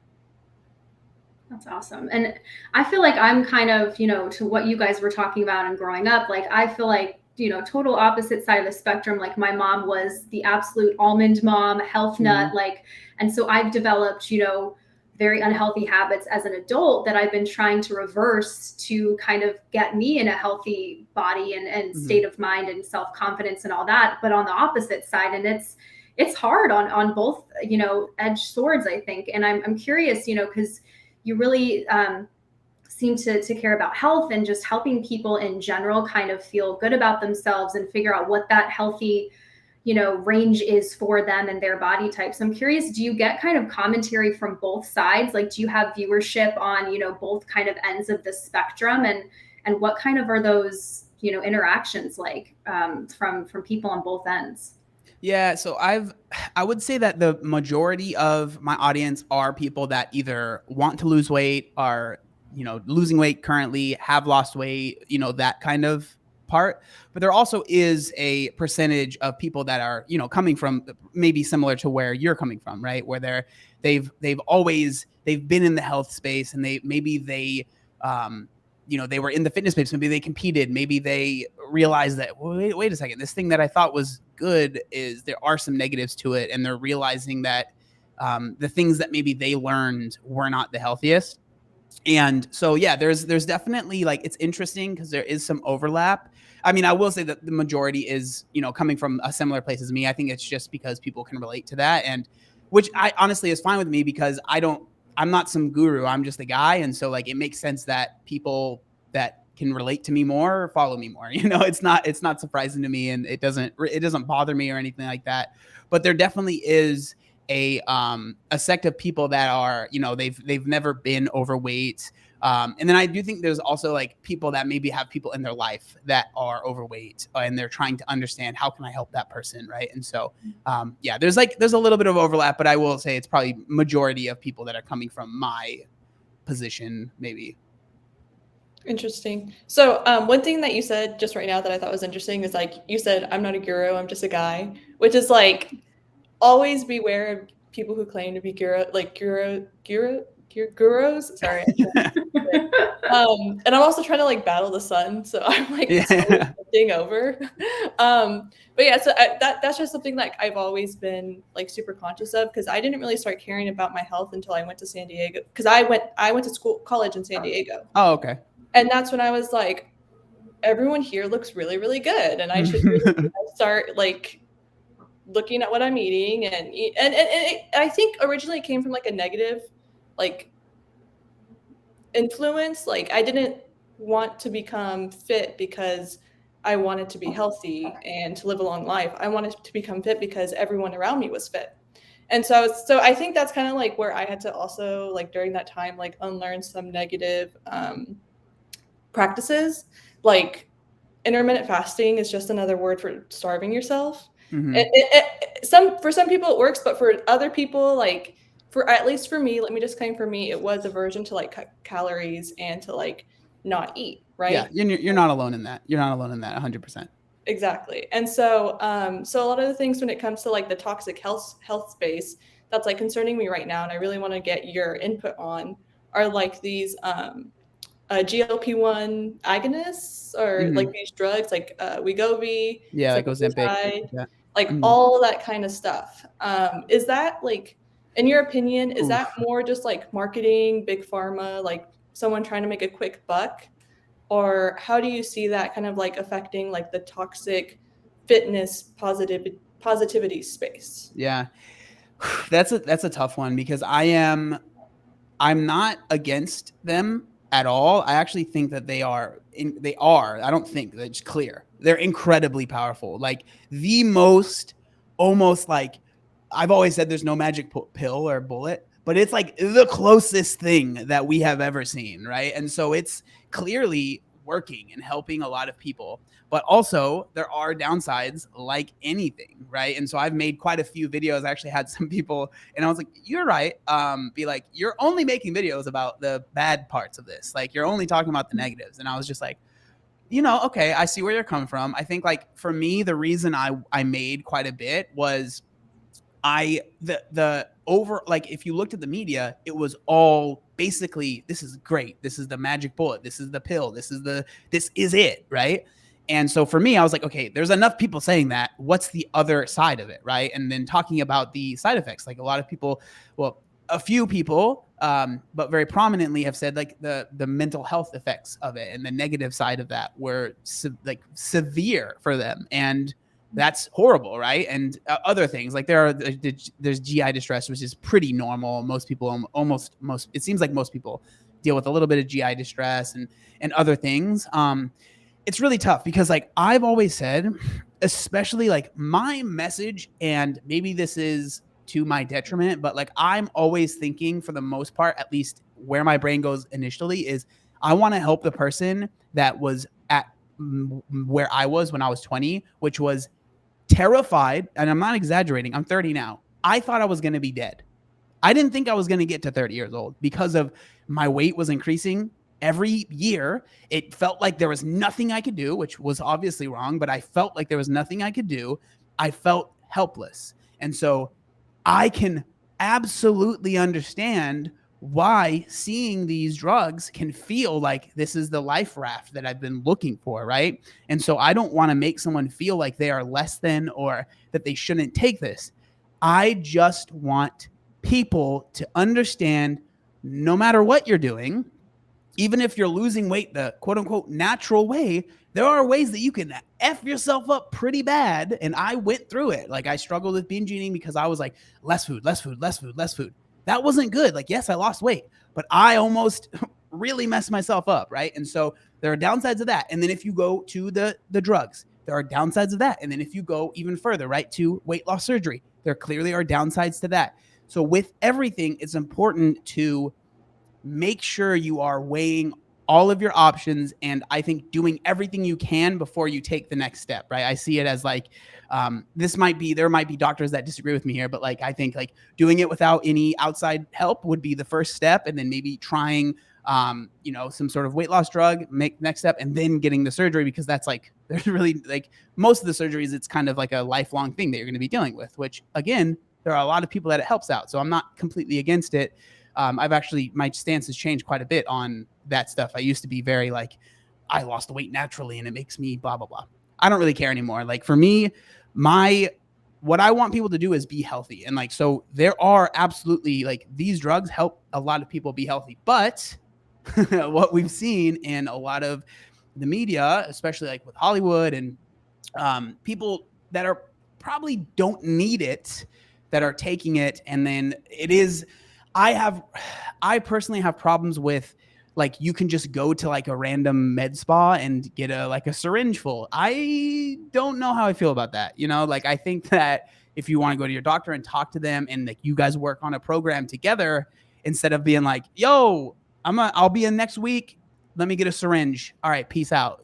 That just feels a little dangerous. And like you asked, like, yes, of course the companies want to make money. Like that's just how it is, right? Like I'm not surprised about that, but I do think that there are people that it helps a lot. And so I'm not against them at all. I'm just like, I cautiously am excited about it. But I do worry, because people that have struggled with their weight their whole life, they're very desperate. And I don't mean this in a derogatory way at all. I've worked with a lot of people, and this is why I get very passionate about it, because I know that people that have been trying to lose weight for a long time are desperate, and they will listen to people like me that have a following that I could sell them anything I want, right? I understand that power, and I never, ever, ever, ever want to take advantage of that trust, because it really is something that is powerful, right? So I always just try my best to inform people as much as I can and not over promise anything, and just help people understand, what is this thing? What is it doing for me? And do I need it? Do I not need it? Right? I don't know if I answered your question, but yeah. I think you did. It was, it's just something interesting that I've always like tried to understand. And it's also like, like, for example, my mom takes a pill version of semaglutide, but that's because she has diabetes. Hmm. And so, but then I also know people, and this is such a, okay, so like side story, there are people who buy these drugs who don't go through a doctor, like they can just order them online somehow. And so there was someone who, like, I didn't know her personally, but she was a very big person. She was a friend of her, she was a roommate of a friend, and she probably, if I had to guess, weighed 400 something pounds. And she ordered Monjaro, which I don't think is like the same as semaglutide or anything like that, online. And in my head, I'm thinking, if you went to a doctor, you probably could get it prescribed to you. Why are you having to go through this alternate route to get a medication that I believe could help, but I don't know. But also, like, the fact that it's so easily available and like making a profit off of it instead of like trying to go through, it's just so weird to me, because like I understand the appeal of it, and I also understand that this person could have probably gone through a doctor and gotten the same result, except it would have been a little bit probably more, maybe a lower injection than what. I don't know exactly. I mean, maybe they didn't have health insurance, and they, like, if they went through a That's doctor, true. it might have been a lot more That's true. expensive. And so going through, because it might have been like an off brand of it. That's the only thing I can think of. I'm not an expert on that though, but like, I assume my first thought is like, it was probably some sort of financial, like it was too expensive if they went through the doctor. So they went an alternate route. And so, but again, I really don't know off the top of my head. That is a very good point. Emily, I only have one more question if you have another one. Yeah, I have one more. Okay. I'm really curious. You kind of touched on it, John, mental health a little bit, and kind of the mentality to, to go through this fitness, this weight loss journey kind of on either ends. I feel like you kind of have to be in this really strong mental space to be able to support yourself.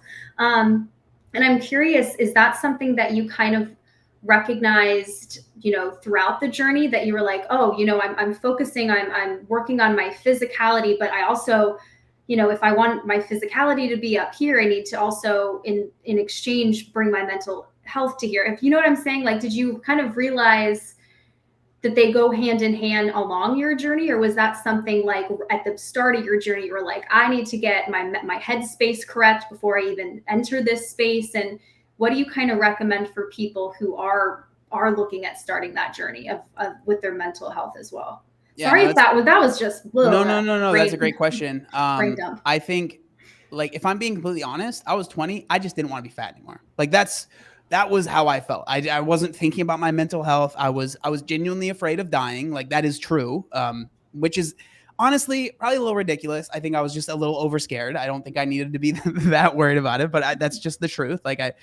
But I definitely, it wasn't something that I even realized that I needed to work on until I had probably lost most of the weight. And this is something that I now try and ingrain, or at least like bring it up to people, like, hey, like, if you think losing weight is going to be the magic bullet, the thing that's going to cure everything, I don't want to sound negative, but that's just not, from my experience, that's not the case. Like, it doesn't fix everything. Like, if you like hate yourself, there's a meme that it was posted so long ago, and I've like mentioned it a few times, but it was like this meme from like way back in the day, like Instagram, right? It was like this like really crude drawing of like this kind of chubby, like stick figure, right? And it says, I hate myself. And then the next thing was they were skinny, and it said, well, that wasn't it, right? And so it was like, you can't think that losing the weight is going to make you just automatically, oh, I love everything. Like, it certainly helps a lot. Like, and I'm not trying to discount, like, losing the weight was literally the best decision I ever made in my life, right?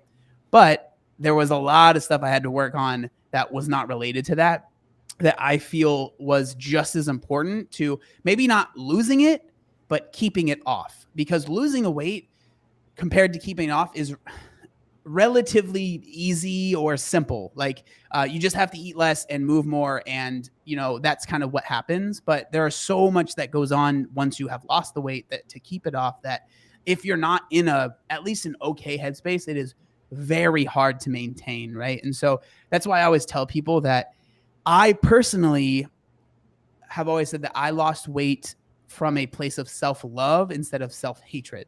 A lot of people are like, I hate myself and I just need to lose weight. And it's like, you'll from what I've seen, you will lose the weight, but it doesn't change anything, right? Like I have always said that losing the weight was the biggest form of self-love that I could have shown myself, because again, like I said, I wasn't sure how long I was going to be around, and I didn't want to not be around, So it was like, we need to make a change. But I think it's important to try and work on them. Like if I was to talk to someone that wants to lose weight, but they're struggling with those kinds of feelings, I wouldn't say you need to figure out the mental side before you can lose the weight, because I don't think that is very helpful. And that's going to make someone feel, in my opinion, at least if it was me, I would have felt very discouraged if I heard that. So I think you can absolutely start the journey, but at least be aware, hey, let's work on, if you have those feelings, let's work on it at the same time, in tandem with the weight loss. Like working on that stuff together, I think is the best way to be successful long term. That's my goal for everybody. I don't care how fast you lose the weight. I really don't care how much weight you've lost. It doesn't matter to me. I want you to lose it and keep it off. And that's the most important thing, right? And so I think having at least being in an okay spot with your mental health, doesn't have to be perfect. Mine isn't perfect, and I would never claim that it is. But that, I think, is very, very important in keeping that weight off. Love that answer. Thank you. Yeah, thank you. It was really good. So my last question is, when it comes to doing commentary in both spaces, like both the body positivity and the health and fitness industry, which one do you find to be a little bit more difficult to like navigate? Like which one is more difficult to, which one do you get like flack from when you make a video or something like that? Like which one is more kind of like, not inflammatory, but you kind of get like a lot of, like crap about what you talk about? Yeah, I would say they're both different in their own way. But I would say like I personally have dealt with more pushback from the like health at every size kind of space. There's like a term that's used called exfat. That's what I'm called. I'm an exfat. And so like there's definitely been more pushback, but honestly, like both sides, I think like I think I understand. I think the reason it comes more from that other side, like the fat positivity, is because I do believe that a lot of people in that space genuinely believe there is nothing they can do about their weight. And so they feel like it is an integral part of their identity, similar to if someone's color of their skin or their sexual identity, right? Like there have been many times where like people on, the health at every side kind of size thing will say it's the same. It's basically the same thing, right? And so I can understand why someone would feel more like viscerally upset about someone talking about how they don't agree with what they're saying, because they are feeling like their identity is being attacked, right? Versus most people at the like health side, a lot of times I feel like it's a lot of people that like the videos I make are like more like grifter types that they don't even really believe what they're saying, but they're making money. So they're just going to keep doing it. So they're like, whatever, like as long as because like I'm not getting millions of views on my videos, so I'm not going to like shut someone down. Like it's, for the most part. So they're just like, whatever, like they just don't care. Like, well, it doesn't, if this isn't going to affect my money, whatever. Right. And so I think that I just haven't dealt with that because they're not attached to their feelings as much as someone on the, health at every size thing is. But it doesn't change the fact that like I still disagree with what this person is saying. And it's like, I'm not in my videos, I try my best to not try and attack anyone based on how they look or anything like that, because I just, again, that's not going to help. And it's too easy for someone to be like, well, he attacked how I look, so I'm not going to listen to anything that he said. Right. And so I try my best to be like, let's talk about what they said.